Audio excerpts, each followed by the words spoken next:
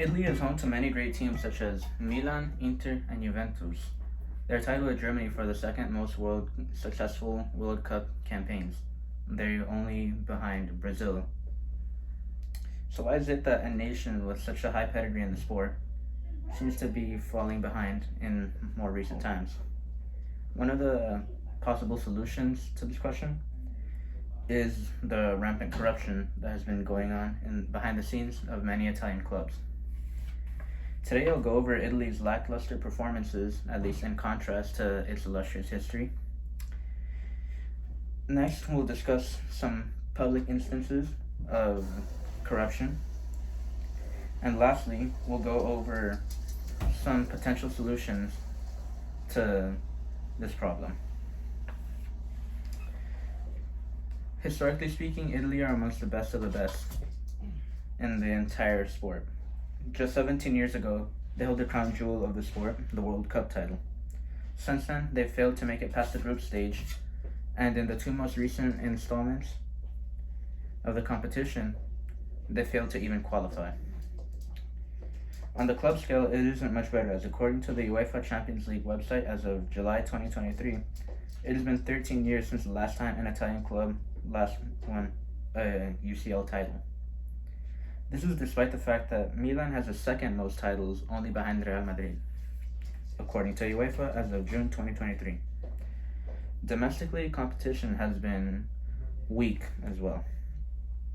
There was a point where there was only one dominant team in Juventus, as they won on a 9-season win streak.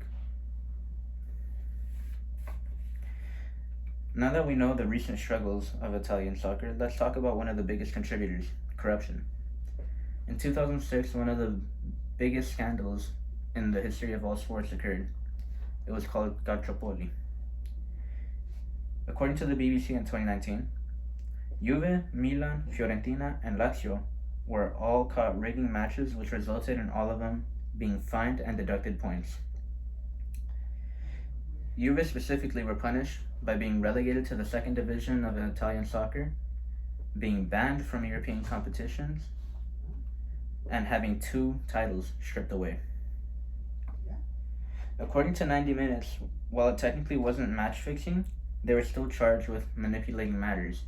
This is because they didn't out and out bribe officials, but they did use their influence to coerce officials into making decisions in their favor. Just this year, Juve were once again involved in another scandal. According to The Guardian in 2023, Juve were accused with fraudulent bookkeeping over the course of 2018 to 2020. Transactions with other clubs as well as player salaries were being falsified. And according to CNN in 2023, they were hit with a 15-point deduction, which was later reversed pending further investigation, and that investigation yielded that the more appropriate punishment was a 10-point deduction and a ban from European competition. Now that we've identified some of the underlying causes of Italy's recent disappointment, let's talk about some solutions. An article from Refinitiv.com says that teamwork is essential to preventing this behavior.